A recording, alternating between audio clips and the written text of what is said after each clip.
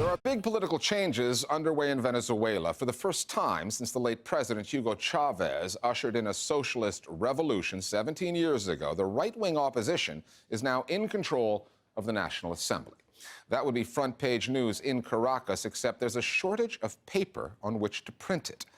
One of the changes made by Chavez's successor, Nicolas Maduro, was to give his government effective control of the distribution of newsprint, a monopoly that the opposition calls a form of media censorship.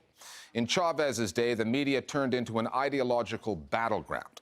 The bulk of outlets were owned by conservatives, long part of Venezuela's ruling elite, and their hostility towards Chavez was plain for all to see.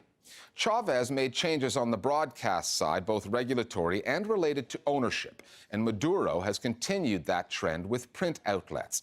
But one thing that the new president cannot change is himself. He lacks Hugo Chavez's charisma, he's just not a media performer, and that too is part of this story. The Listening Post's Marcela Pizarro now on the politics and the economics of the Venezuelan news media.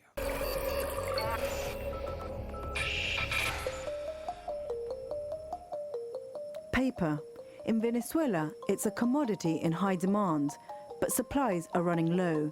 It's a story some newspapers are finding hard to cover because they've run out of paper to print on. This week, 86 newspapers announced they were out of stock and wouldn't be printing news. Most Venezuelan newspapers used to receive steady supplies of newsprint from abroad.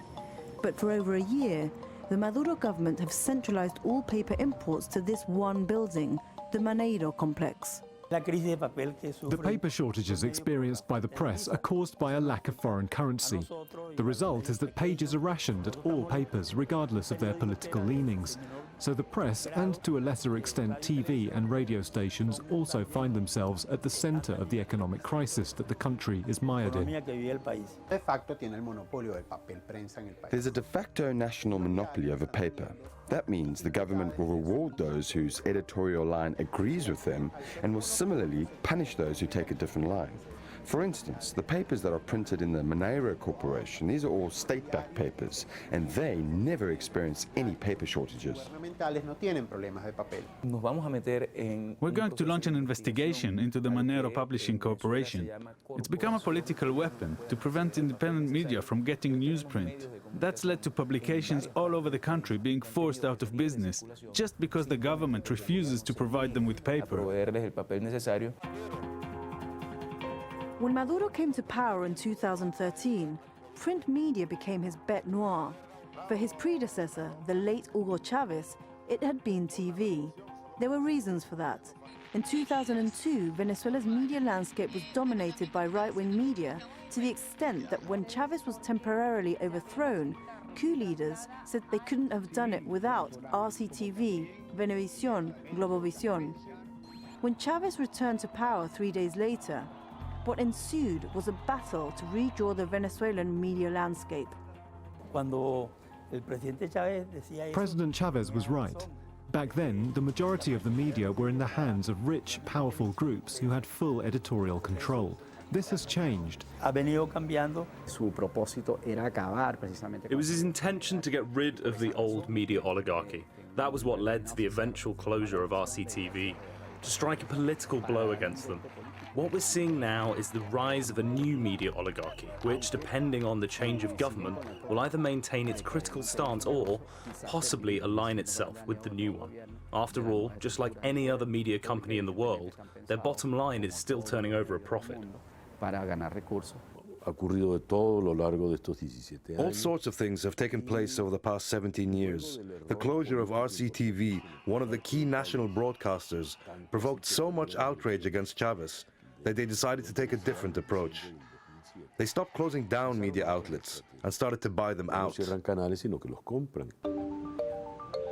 In 2013, Globovisión was sold to businessman Juan Domingo Cordero, rumored to have close ties to the government.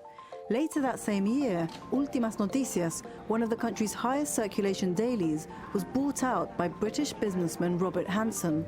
A year later, El Universal, the country's 100-year-old broadsheet, was sold to a tiny Spanish company called Ebalisticia.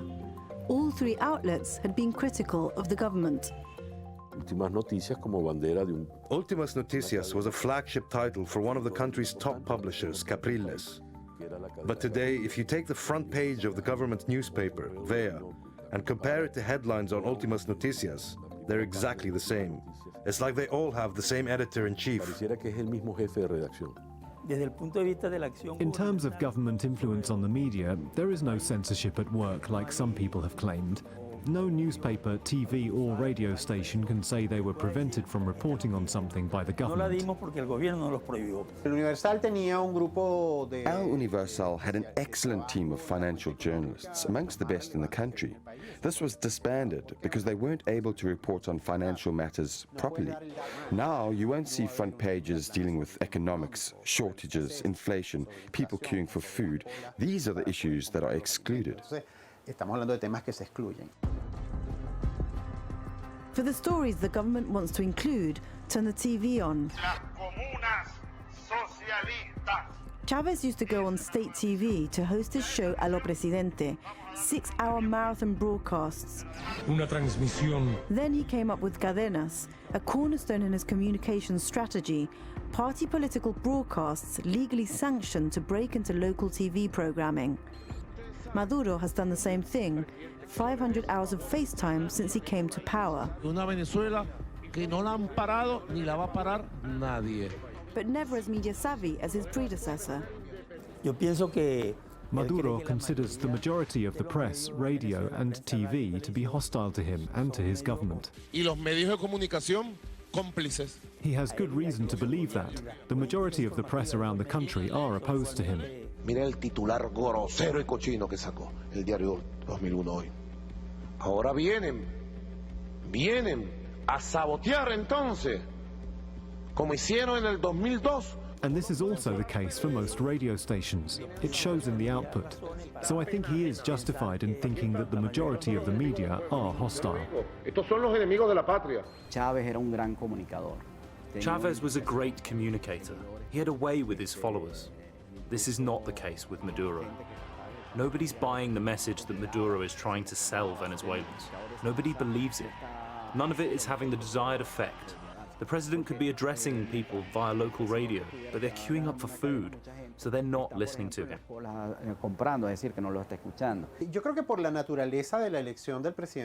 I think that because Maduro won by a narrow margin, he's always been very concerned about what the media says about him. That's because he overestimates the influence the media have on society. The media may play an important role, but not quite to that extent. Cuando uno lee la prensa de la burguesía, no los voy a nombrar. Ustedes se dan cuenta que ellos están en contra del plan de pacificación.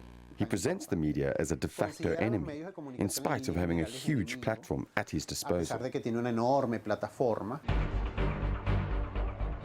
When Venezuela's socialists were first voted into office, they went on the offensive against the private networks weighted against them. Hugo Chavez televised the revolution, made politics spectacle, made populism popular.